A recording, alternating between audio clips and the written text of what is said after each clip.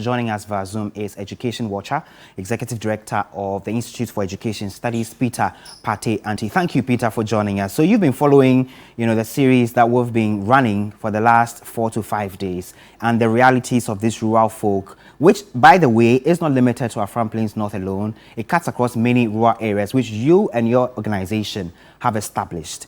What appears to be the challenge for which reason we are doing these people in these rural areas and dealing them such a blow?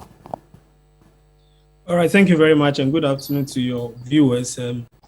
I have been studying the data on basic schools for the past 3 years, and I realized that all the challenges that we always talk about are in the data. You know that the data contains schools that do not have the needed kind of infrastructure.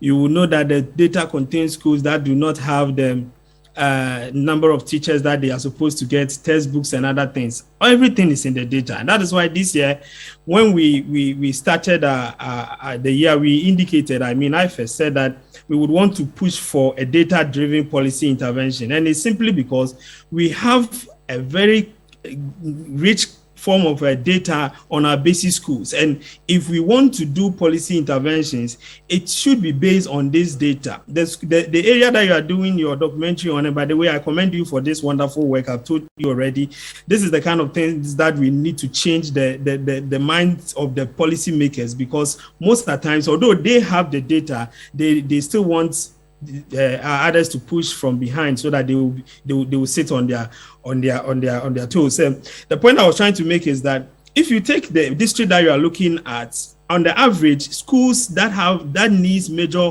renovations in terms of infrastructure in the country, on the average, is about 20%. This district alone records 38%. It means that the schools there, 38% of them needs major repairs. That should tell you that, and the national average is 20%. That should tell you that this is a district that needs attention. And this is the data from the Ministry of Education. It is not my personal data.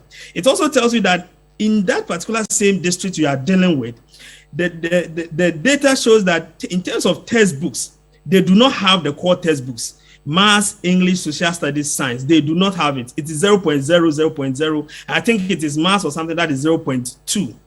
In terms of teachers, it's clear that they do not have the teachers, the required trained teachers, because normally it is